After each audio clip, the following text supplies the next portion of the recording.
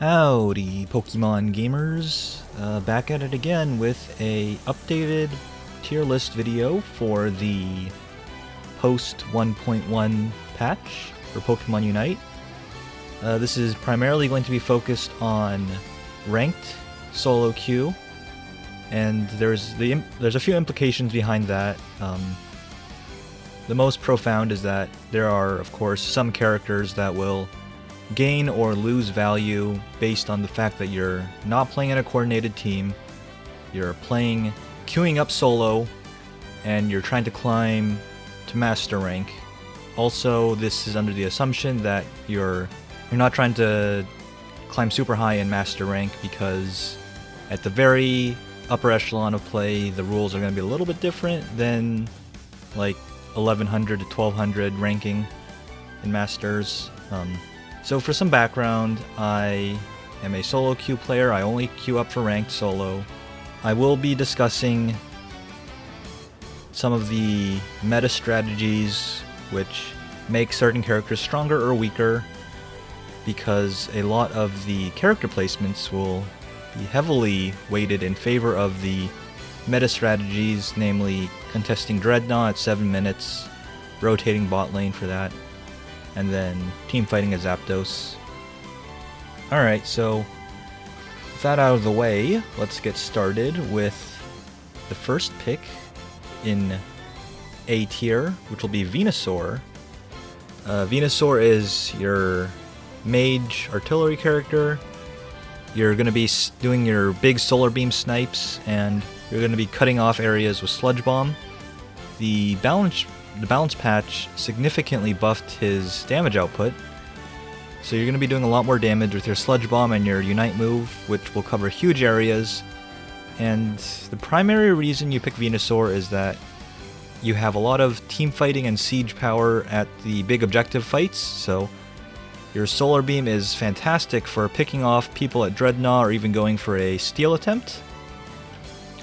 And on top of that, you just output a ton of damage. You can cut off choke points at the Zapdos pit, which is pretty critical because you have a huge AoE slow which covers like the entire corridor, and that makes it easy to pick people off with Solar Beam. Generally, Venusaur is probably your go-to for team fights. I could even see him going up, but it is a little bit tricky to play him, namely because you have to be really good at aiming your Solar Beams. If you miss it, you're pretty much a sitting duck, especially, and also if someone gets onto you, you're also pretty helpless. They did lower the cooldown of Solar Beam a little bit, but you have to hit Solar Beam. Like, don't play Venusaur if you can't hit Solar Beam. That's basically it. Okay, so next in A is going to be Gengar, and Gengar post-patch is, well, not a free win anymore. You can't just hit Sludge Bomb and then instant kill someone with resets while being intangible the whole time. There is a lot of risk factor into picking him now, and in general I would say the Speedster role as a whole has kind of been phased out of the meta. Usually people are taking attackers or all-arounders into the jungle midsection. That kind of doesn't really leave a lot of room on a team for a Speedster character, but that's not really a strict meta thing. Like, it's probably optimal in high-level play, but you definitely can still pick the Speedsters, and they're still good. Like, you can still carry a game with Gengar. Resets are always going to be strong. You still do a lot of damage, you just are more at risk of actually dying now when you pick him, which is not really something that he had to worry about before when he was dummy broken. But it is tough to play Gengar, I would say, because your early game is so weak and you don't really have as strong level 5 gank power spike as, say, Frogadier or Raboot, or even like Machoke, which are a lot of the characters that are competing for that mid lane role. So you can pick him. He'll do you good if you can land your Sludge Bomb resets, but he's not broken must-pick anymore. And also, even though they did buff the Shadow Ball Dream Eater set, I still think the Sludge Bomb Hex set is superior. Okay, so next is Mr. Mime. I'm going to be putting him in B tier. It's hard to judge Mr. Mime because he's such a rare pick, but I would say he is a strong character that is more trouble than he is worth to play. He does have a few advantages, namely that Confusion is a ridiculously strong move. Like, I don't think people ever expect how much damage the wall knockback really does, but it will burst you down. And it is not hard to set up with Barrier or even just like knocking him into a Snorlax on your team or something. And he's surprisingly tanky, and you do have the element of surprise because, like I said, no one really picks him. But he is just like not really optimal. He does get outclassed by a proper tank or proper support.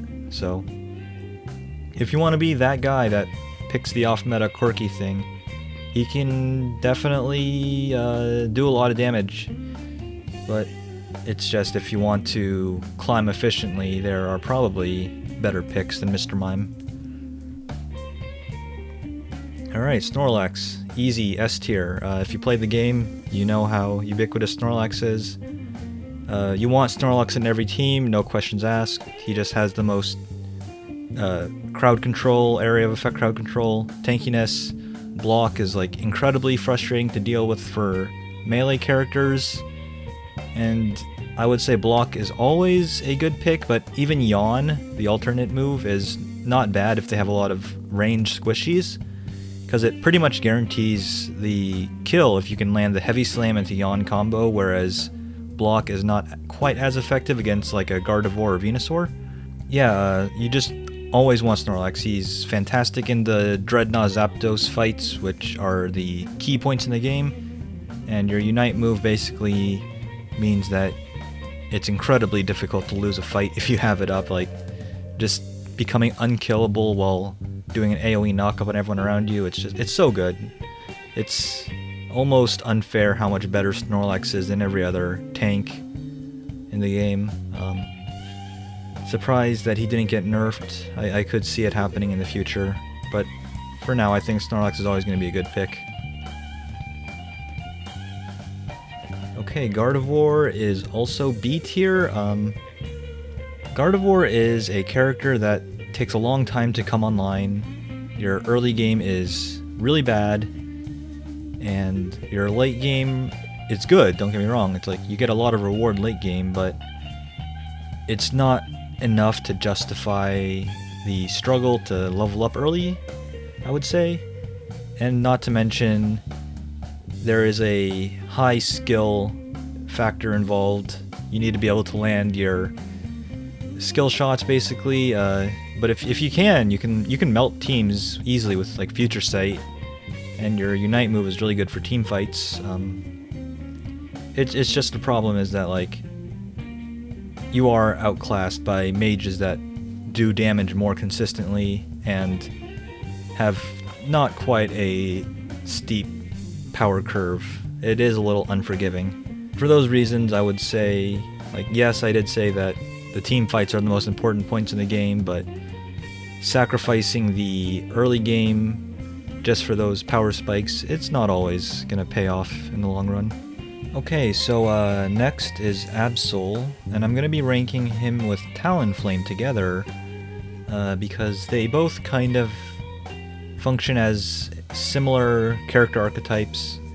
Of course, they're the speedsters. You take the mid jungle and you hit level 5 first, and you go gank the lane and you generate huge advantage.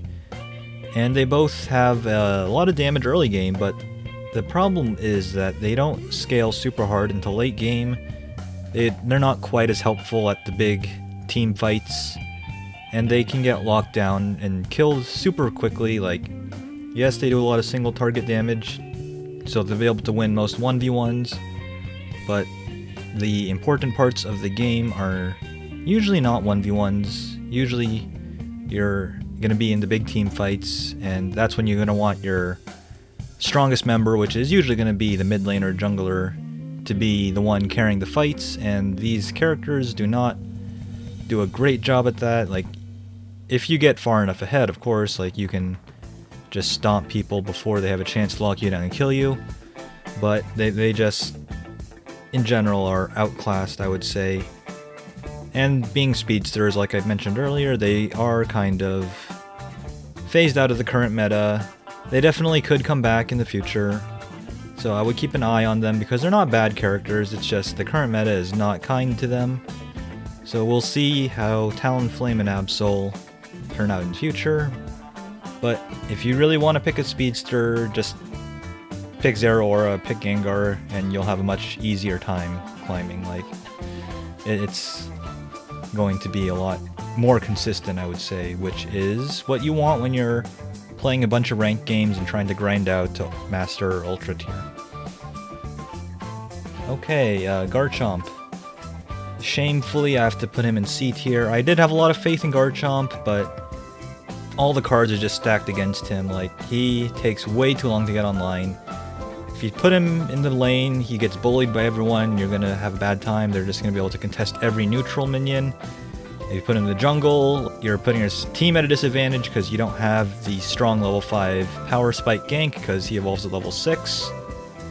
And by the time you do come online, he's not even like an insta-win button. He's strong, for sure. Like, he's one of the strongest characters in the game at Garchomp level 13, 14.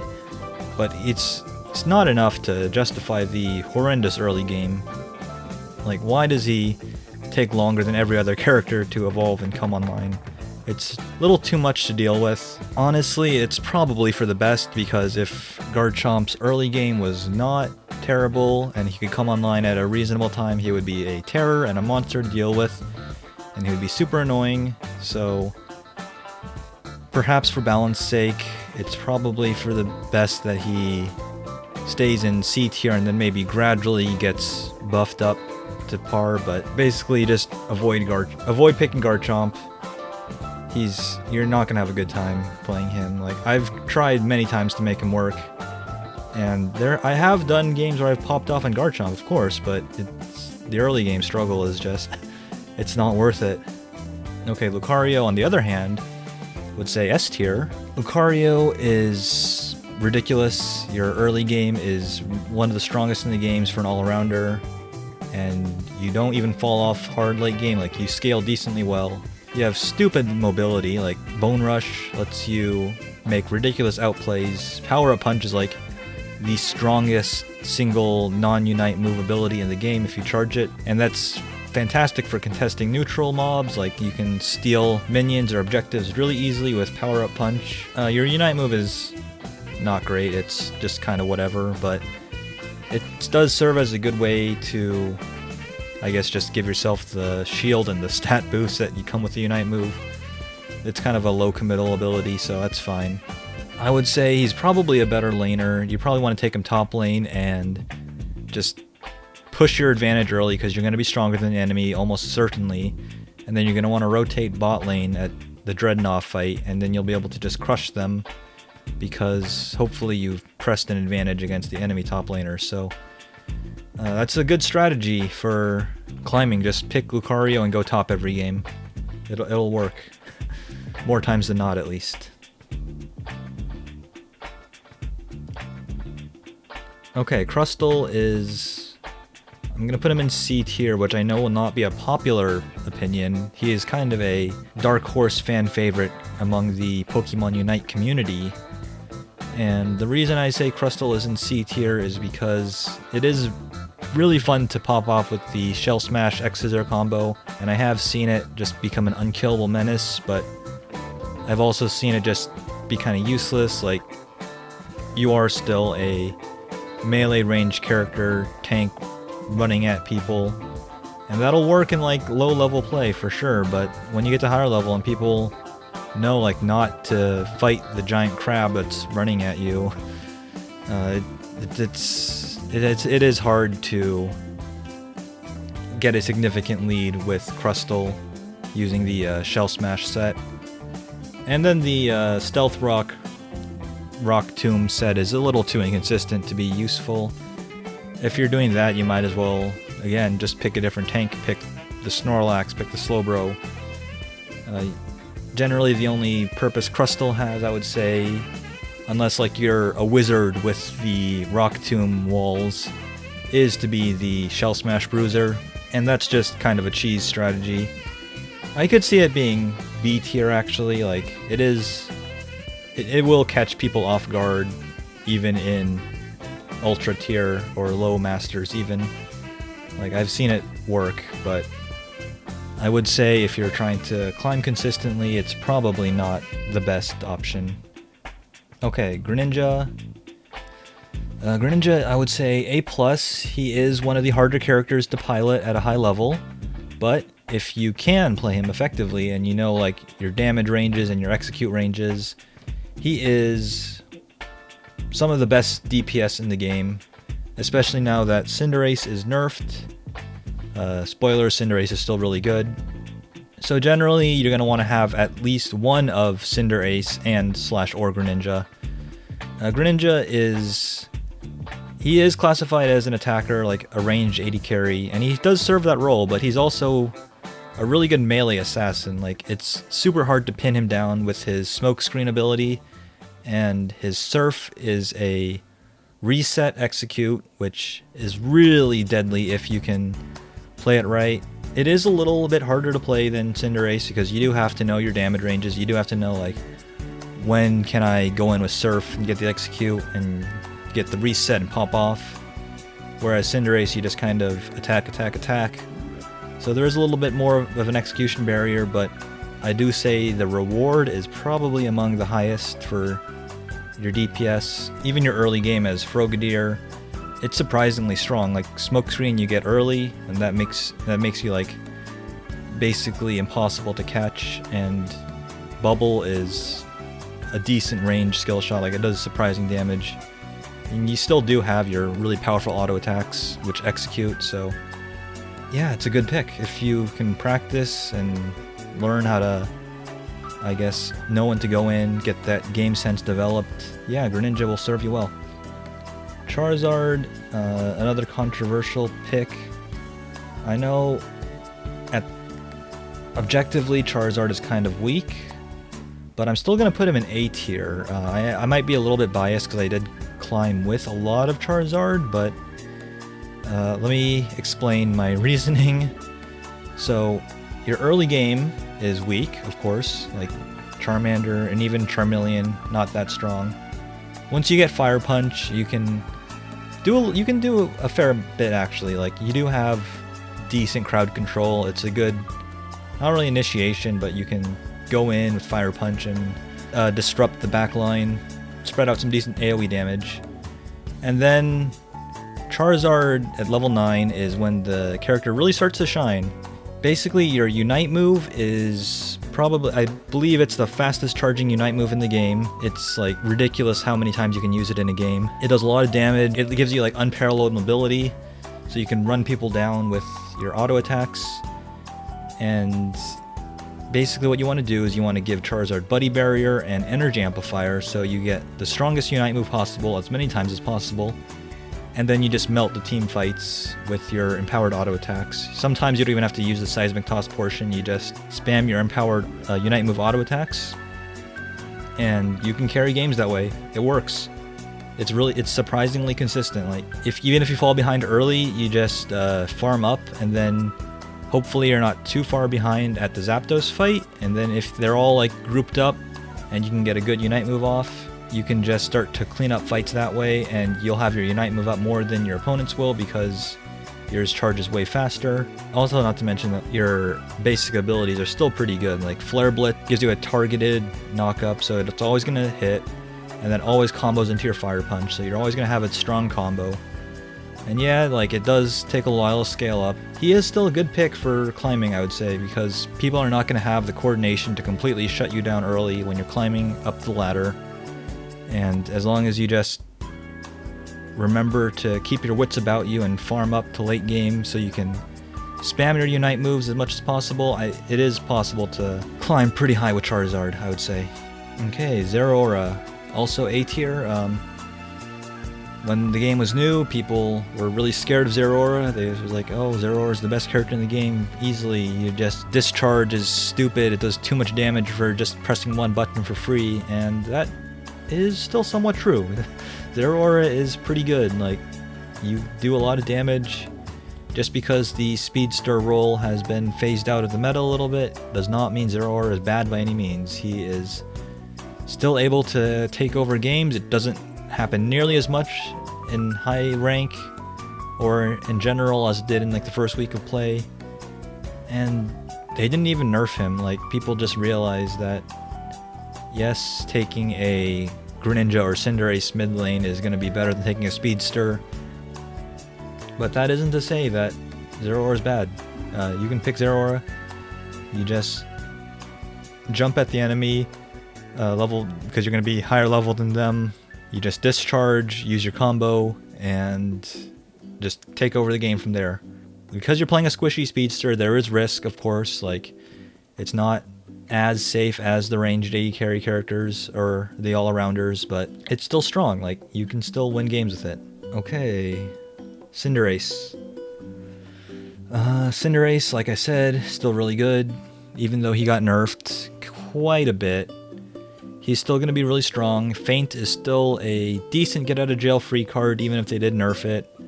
Your Unite move is still really powerful area nuke, which is going to help a ton in team fights and also for fighting at objectives or even for objective steals. And you just have really good consistent damage output from all stages of the game. From Scorbunny to Raboot to Cinderace, you're just going to be able to just output a ton of range damage. And that's not really a niche that any other character in the game can follow up on, except for maybe Greninja, but even then it's not quite the same. Greninja's strengths lie somewhat elsewhere. So yeah, if you want to play Cinderace, go for it. He's going to serve you really well. I was debating putting him in S tier, but I do think the nerf combined with the fact that he doesn't completely outclass Greninja, I would say A+ tier is probably fine. Okay, Eldegoss. I'm gonna put him in the lower end of A. I know Eldegoss is really good, but like I said, this is a solo play tier list, so you're not gonna be coordinated. This is assuming you're not like with your 5-stack or with your duo buddy on Discord discussing strategies and making calls. You're just playing with randoms, and that could be 12-year-old little Timmy who doesn't know how to take advantage of lane states or how to properly do team fights. So the pure supportive power of Eldegoss is a little bit understated, I would say. And that isn't to say that you can't climb with Eldegoss. You definitely can make a big impact with all the shielding and all the speed boosts. Oh yeah, also take Leaf Tornado. It's way better than Pollen Puff. Like, I know you want to be a healer because you played Mercy in Overwatch, but Leaf Tornado is just better than Pollen Puff, like in most scenarios. If you want to play healer so badly, wait until they release Blissey, because her kit looks kind of bonkers. Anyways, back on topic for Eldegoss. You're still pretty safe. Like, your Unite move is a get-out-of-jail-free card. You have your AoE shields, which were nerfed but are still good. And Leaf Tornado gives you a lot of extra mobility, which helps you get in or out of fights. I would say you don't need a support in the current meta, like at least for solo queuing. You probably do want one in like 5-stack gameplay, of course, but I don't think Eldegoss's niche is one that is vital, so A tier is probably fine. Honestly, I was like kind of tempted to put it lower. I might think that might be a little bit too controversial, but yeah, if you're a diehard support main by heart, you refuse to learn any other role in any game, you can play Eldegoss. You'll be fine. Like, it's not the end of the world. But if you're on the fence, I would say maybe play something else. Maybe play like Snorlax or Wigglytuff, and you still have utility for the team while being a little bit more impactful, I would say. Okay, Cramorant is another pick I would say is a weird off-meta pick. I think he's really good actually, but he is a little tricky to play. He relies a lot on skill shots and weaving your auto attacks in at the right times. And that effort is not quite as rewarded as, say, Venusaur. I would say he's a little bit more consistent than Gardevoir, but a little bit less damage. So that's kind of the trade-off you make. Your Unite move is pretty much a brain-dead, win the fight button. So that's one reason to pick Cramorant, and another reason is just you do have a good amount of crowd control. You can just like obliterate people without them being able to move with your combo if you can land it consistently, but that's like the big if. So Cramorant I would say falls under the category of slightly outclassed, slightly more trouble than he's worth to pick up and play, but if you're a dedicated Cramorant one trick, it will work. Like you will climb with it if you get really good at Cramorant. So more power to you, man. That's all I'm gonna say on that matter. Okay, Pikachu. I'm also putting in B tier. Pikachu is a lane bully. He has really good targeted abilities early game with Electro Web and Electro Ball, and that will help you a lot with first Dreadnought, I would say, up to first Dreadnought. But then I would say he kind of falls off really hard. Like Thunderbolt, yeah, it's a decent area of effect crowd control, and Electro Ball is still like decent targeted damage, but you're not really doing enough damage to justify picking Pikachu late game, and he's super squishy and low range for a mage character, so I don't know. I'm kind of down on Pikachu. Like, I thought Pikachu would be really good just because of how consistent his DPS is, but I don't really think it's enough to keep up with the actual DPS threats in the current meta. So I would say he's like, you can make him work. He's definitely like, I would say, I would probably put him in, no, actually I think he's fine in B tier, yeah. Like I said, the balance in the game is generally pretty good. So if you want to make Pikachu work, it'll work. But I don't know if it's really worth the team slot for Pikachu. He's kind of a beginner pub stomp character, I would say, just because of how easy it is to make his abilities combo and link, but he's not going to be doing enough in the highest level of play. Not even the highest level of play, just in like ultra rank, master rank. It's probably better just to pick a different character. Alolan-Ninetales is nutty. I'm gonna say A+ tier. Ninetales is a DPS, but also a support, and by that I mean Aurora Veil is like one of the best regular abilities in the game. It just gives you so much team utility, and Ninetales has so much crowd control, and I believe with Aurora Veil you actually have like the strongest auto attacks in the game, so the popular build has been like Muscle Band on Ninetales, so even though you're an AP mage, your Aurora Veil empowered auto attacks still do a ton of damage. They still do crowd control because of your passive ability. So you're going to be a lane bully that transitions into a kind of off support later in the game. Ninetales is just a really solid all-around pick. I don't think it's quite S tier because I don't think Ninetales is like a must include on your team, but you're never going to be upset to have one, and you're never going to feel bad about picking it, I would say. The next character to talk about is the Big Jigs herself, the Pink Devil. Definitely the winner of the 1.1 patch balance adjustments. Where to put Wigglytuff, I'm going to say probably upper A tier.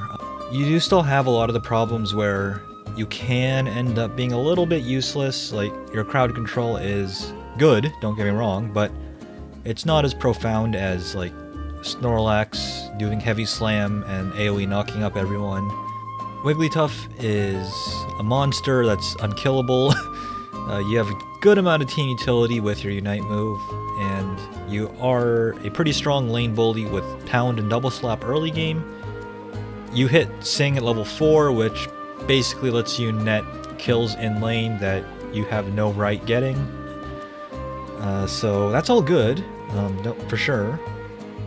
And the patch did a lot to help with all of that by making your base stats better and your damage higher. So I would say all around Wigglytuff is a pretty solid character to play. She does suffer a little bit from the just pick Snorlax syndrome, but that's just more of Snorlax being ridiculously good rather than Wigglytuff being lesser of a character. They actually work really well together.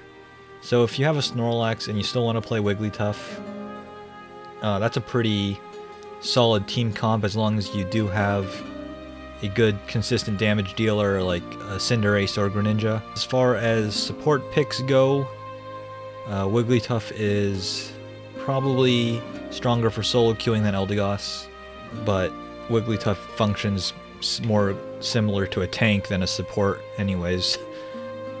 Oh yeah, and of course you have to try the rollout set at least once in your life. Like, it's not meta-defining by any means, but it is pretty funny. Okay, Slowbro. I'm probably gonna put Slowbro in A also. I'm a little bit down on Slowbro. I feel like it just doesn't really do enough in solo queue. You kind of have the team coordination problem where you need someone to follow up on you at all times, because on your own you're kinda useless. There is the Bruiser Slowbro set, which uses Amnesia, but that's not really meta. That's kind of like a Crustle situation. Your usual set, of course, is going to be Surf Telekinesis, and you're going to be spurting around a ton of crowd control. But I would say that your impact is not as profound as Snorlax. And again, Slowbro is another victim of the just pick Snorlax syndrome. But the problems run a little bit deeper than that.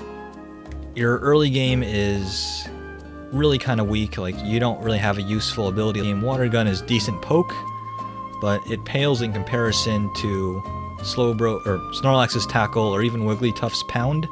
Your Unite move is kind of like your saving grace, I guess, because Telekinesis is good if you have your team to follow up with you, but it's a little bit hard to hit, and it can be blocked. So if your target is like in the back line, has like a Slowbro or a Snorlax defending him, then it's going to be pretty hard to hit your Telekinesis. But your Unite move, if you use it right, you can basically take a key member out of the fight for free. You can use it to stop the Greninja that's running around circles around your team, or you can use it to stop the Charizards and the Machamps that are being unkillable juggernauts in Unite move mode. So there's a niche for Slowbro, alright, but until Snorlax gets nerfed, I don't think Slowbro is going to be a key meta pick. Like Wigglytuff, it's actually pretty good to run both Snorlax and Slowbro. I wouldn't run Snorlax, Slowbro, and Wigglytuff, but if you have Snorlax, picking Slowbro or Wigglytuff as kind of a secondary tank is actually a really good strategy. It'll make team fights a lot safer, and you can set up some pretty nasty crowd control stun lock combos with them, so yeah, A tier. Unless you really like Slowbro specifically, just pick Snorlax. Like, that's the unfortunate truth of it. Or maybe fortunate, if you like Snorlax, which a lot of people do. Next up is Machamp. Machamp got his cross-chop damage nerfed pretty significantly. I do say that he felt the effects of the nerf pretty heavily. I would say if not for the nerf, he would have been maybe even S tier for solo queue. But he's still really strong. You can take him into the jungle and hit level 5 early, which will give you access to Submission. And Submission is one of the, I would say it's like one of the stronger regular abilities in the game. It's guaranteed lockdown crowd control. You can't flash away from it with eject button or something, because it'll just teleport you right back behind him in a kind of strange interaction, but it's just a really good move. Your Unite move is gonna make you unkillable. It's gonna be a huge team fight wipe, basically. You scale really well, you come online relatively early, level 5. Like, if you're playing him in lane, the level 1 to 4 is going to be pretty tough because you don't really have any good abilities until you hit submission. But yeah, your damage in general is just kind of nerfed by the patch. If you take close combat, I guess that's fine because that move did get buffed a little bit, but I still think cross chop is probably what you want to go just for the extra mobility and the extra burst damage you get. But Machamp's still really good. Like, take him jungle and try to farm up and become an unkillable monster late game. Like, you're going to do a lot of damage, you're going to be tanky, you're going to have consistent crowd control. Machamp was the character I played the most climbing up to Ultra rank, so that was pre-patch, I will admit, but I still think he's good. Alright, so that's all the characters currently in the game. Let's clean up the list a little bit, maybe.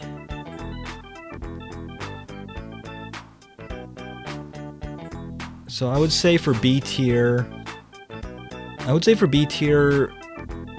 the characters below Pikachu, you generally don't want to play them unless you intend to be a character specialist.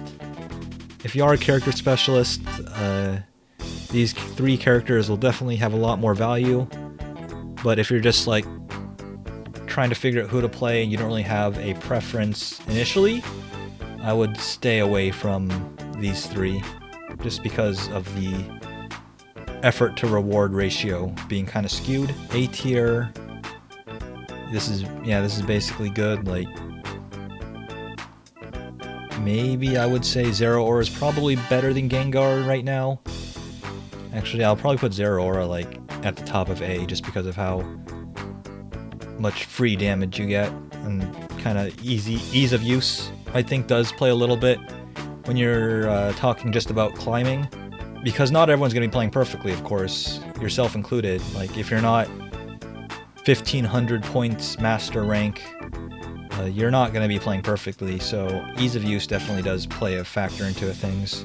I'll probably put a range A+ tier like this. I think Cinderace, just for his consistent DPS and his range, making him a little bit safer, gives him a bit of an edge over Greninja. So yeah, this is going to be the list. As far as team compositions go, I would say you're going to want to have Snorlax on every team. That's just the nature of it. You're going to want to have Cinderace or Greninja go mid lane path. And then for your top lane and your bot lane, you're going to want to have, I would say in a perfect world, you're going to have one of Eldegoss, Slowbro, or Wigglytuff. And then you're going to have like Lucario and Ninetales to fill out the remaining slots. That's probably what I would say like the ideal team comp would look like. But yeah, that's gonna be it. If you have any questions about build path or strategy or anything, you can feel free to leave a comment. Alright, thanks for watching.